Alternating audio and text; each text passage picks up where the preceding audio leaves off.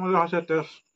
আমাৰ সৰু বেটীৰ গা ভাল নহয়, একদম জ্বৰ হৈ আছে আৰু তাই হেনো খাবলৈ মন গ'ল কুকুৰা মাংস আৰু কলডিলৰ লগতে কুকুৰা মাংস বনাম বুলি সেইকাৰণে কুকুৰা পোৱালি এটা মাৰিছিলোঁ। আৰু এইফালে তাই হেনো খাবলৈ মন হৈছে কুকুৰা ঠেং পুৰি আছে আৰু ডাঙৰ বেটী এফালে কাটি আছে কলডিল। কৃষ্ণ, এইফালে এতিয়া ভাত খাবলৈ পুৰা আমাৰ ৰেডি হৈ গ'ল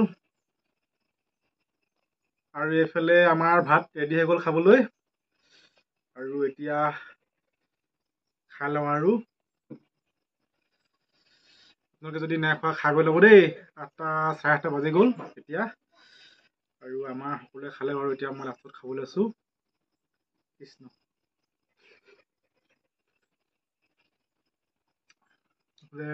কলডিল আৰু কুকুৰা পোৱালি এটা মাৰিছিলোঁ। মানে সৰু বেটী গা ভাল নাই, জ্বৰ হৈ আছিলে।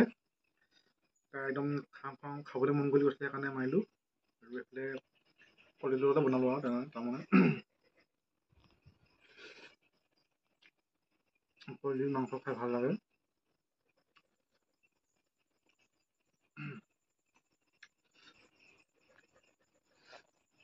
আৰু কঁঠাল গুটি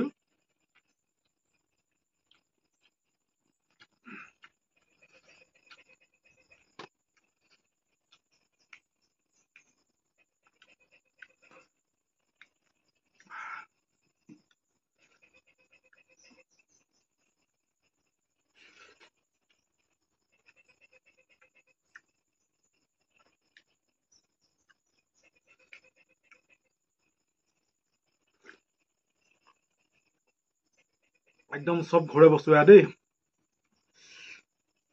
লোকেল কুকুৰা ঘৰৰ, কলডিলটো ঘৰৰে চেনী কলৰ, কঁঠাল গুটিও ঘৰৰ, নেমু ঘৰৰ, জলকীয়াও ঘৰৰে, জলকীয়া আৰু এইফালে চব ঘৰে তাৰমানে লোকেল আৰু একদম পুৰা লোকেল চাউল, চব ঘৰৰে দেই। কিনা বুলি ক'লে অকল নিমখখিনি আৰু মিঠাতেলখিনিহে কিনা, হালধিখিনি ঘৰৰ। চব মানে ঘৰৰ বস্তুৱে খাইছোঁ।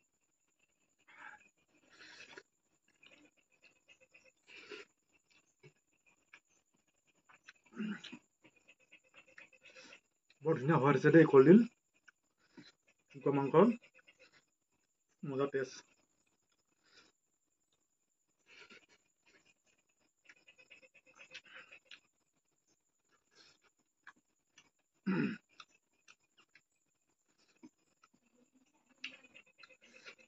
মই এদিন কষ্ট যিহেতু পথাৰত কাম লাগি আছোঁ, একদম পুৰা গা চা বিষ হৈ গৈছে। আজি জাল খোৱা নাই, মানে দুদিনমানৰ আগতে মানে 3-4দিনৰ মূৰে জাল খাই দিলোঁ। জাল খোৱা নাই।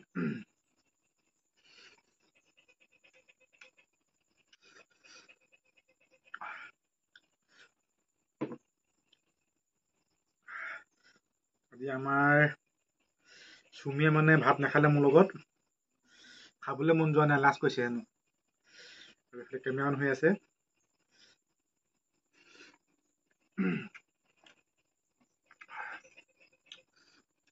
খাই না ভাত নাই খোৱা? একেলগে খাব পৰা ইয়াতে।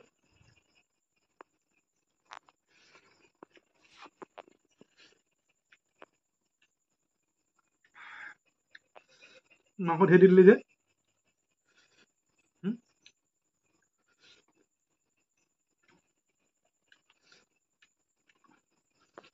চব মাংস এবাৰ দি দিছে মোক।